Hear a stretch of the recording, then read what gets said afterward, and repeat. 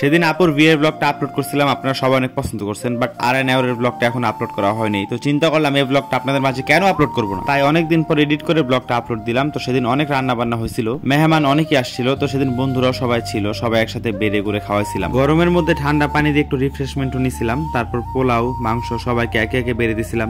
পরে বন্ধু নিজের হাতে খাদেনদারি করে আমাদেরকে খাওয়াইছিল, আর কইতাছে তোরা খা, ঠাইসা মন বেড়া, যত খুশি তত খা।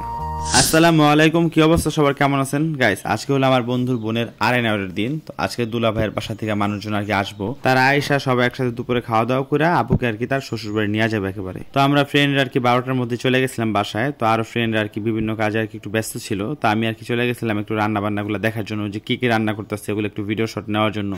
তো প্রথমে গিয়ে একটু চেয়ারের মধ্যে বসলাম, বাবুর্চি মামায় বললো যে রান্না বান্না তো প্রায় অর্ধেকটা হয়ে গেছে, এই যে দেখো রোস্ট রান্না করতেছি, ভিডিও করলে করো। আমি আচ্ছা মামা ঠিক আছে। তো এখান থেকে একটু ভিডিও ক্লিপ নিলাম। তারপর বাবুর্চি মামার বললাম মামা আমি কয়েকটা ফ্রাই ভাজি করে ভাজো, সমস্যা নাই, দেখো আবার তেলের সিটামিটা যাতে শরীরের মধ্যে না লাগে। আমি না না লাগবো না, আমি এক্সপার্ট আছি। তারপরে এই যে কয়েকটা ফ্রাই নিয়ে একবারে সাইড দিয়ে আস্তে ছেড়ে দিলাম। এখন এই ফ্রাই ভাজ দিকে আমার গরম লেগে গেছে বুঝছেন। তারপর আমি গিয়ে করলাম কি চেয়ারের মধ্যে বসে একটু ফ্যানের বাতাস খাইতেছি। ফ্যানের বাতাস শুধু গরম লাগে, কোনো মতে আর কি গরমটা কাটা উঠতে পারতাছি না। তারপর বাবুচি মামা বলতেছে কিও মামা ফেরাই যে বাজে দিয়ে গেলেন, ফেরাই কি উড়াইবেন না? আমাকে নাও মামা আপনি উড়ান, আমার গরম লাগতেছে। তো ফ্রাই ভাজা কমপ্লিট, বাকি যে রান্নাগুলো আছিল ওগুলো রান্না করা কমপ্লিট হয়ে গেছে। তো আমি একটু রোস্টটা দেখাইলাম, ফ্রাই তো দেখাইছি। আর এই যে দেখেন পোলাওর মধ্যে কি পরিমাণে বেরেস্তা দিছে, বেরেস্তা দেওয়ার কারণে কিন্তু পোলাওটা অনেক ফ্লেভারফুল হয়।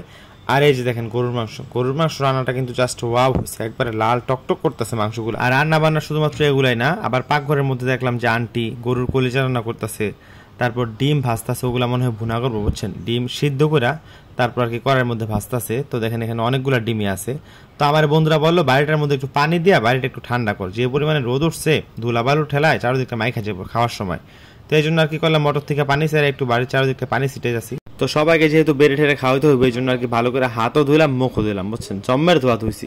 আর এদিকে বাকি বন্ধুরা মিলা চেয়ারগুলো ভালোভাবে সাজাইতেছে, টেবিলগুলো ভালোভাবে মোছতাছে। তো মেহমানরা আর কি এখন আয়সা পড়বো কিছুক্ষণের মধ্যে, কারণ 2টা প্রায় বাইজা গেছে। তো সবাই একেবারে প্রস্তুত খাদেমদারি করার জন্য। আপুর শ্বশুরবাড়ি থেকে মানুষজন সবাই আয়সা পড়ছে, সবাই আর কি চেয়ার টেবিলে বসে পড়ছে খাইতে। আসলে টেবিলে তো খায়, চেয়ারের মধ্যে আর কি বসছে। তো আমরা একে একে আর কি খাবারের এখান থেকে খাবার নিতেছিলাম। তো বাবুর্চি মামা দেখি পোলাও বেড়ে দিতেছে, পোলাওটা দেখেন একটু আগে কি পরিমাণে বেরেস্তা দেখছি, এখন দেখেন সব একবারে মিক্স হয়ে গেছে। তো সবাই আর কি হাতে হাতে কাজ করতেছে। দেখেন এখানে আমার বন্ধু ডিম ফ্রাই এগুলা নিতে আসছে, আর বাকি বন্ধুরা ওখানে খাবার পরিবেশনা করিতেছে। আর আমার বন্ধু করছে কি জানেন, প্রথমে আর কি আপু গো পোলাও বেড়ে দিতেছে, সাথে কিন্তু ভাইয়ারা আছে বুঝছেন, ভাইয়া গো বাদ দিয়ে আগে আপু গো দিতেছে। আচ্ছা ঠিক আছে দেখ, সমস্যা নেই। গাইস রোস্ট অনেকে খায় না, বাট ফ্রাইটা কিন্তু সবাই খায়, আর ফ্রাইয়ের সাথে মনে হয় যে একটু চাটনি থাকলে আরো বেটার হতো বুঝছেন। তো এখানে আর কি অনেকে খাওয়া দাওয়া করে একটু ফ্যানের বাতাসের মধ্যে রেস্ট করতেছে, আবার অনেকে আছে এখনো খাওয়া দাওয়া করে নাই, এক বৈঠক উঠলে আরেক বৈঠকের সাথে আর কি বসবো। তো এখন আমি একটু ভিতরে যাই, ভিতরে গিয়ে বন্ধুরে বলতেছি বন্ধু এখানে গরুর মাংস দে, একটু হাড্ডিগুলা বাইছা বাইছা দিস, কারণ আপুরা হাড্ডি পছন্দ করে, আপুরা হাড্ডি সহ মাংস পছন্দ করে। তো এখানে আমার দেখেন বন্ধুরা দই বাড়তাছে, তো ওরা একবারে মুরব্বী মাংসের মতো কি সুন্দর করে স্লাইস করে দইটা কাটতেছে, দেখে খুব ভালো লাগতেছে। তারপর আমরা সব বন্ধুরা মিলে একসাথে খেতে বসে পড়লাম। তো বন্ধুরা বললাম তুই আমাদের সাথে বস, বলতেছে না তোদের পেট ভরায় মন ভরায় খাওয়ায় তারপরে আমি বসুম। তো ভাই এই যে দেখেন আমার এক বন্ধু করলো কি আমার ফ্রাইটা লয়ে গেল, হ্যাঁ আনলিমিটেড ফ্রাই রোস্ট আছে, তাও আমার লয়ে গেল।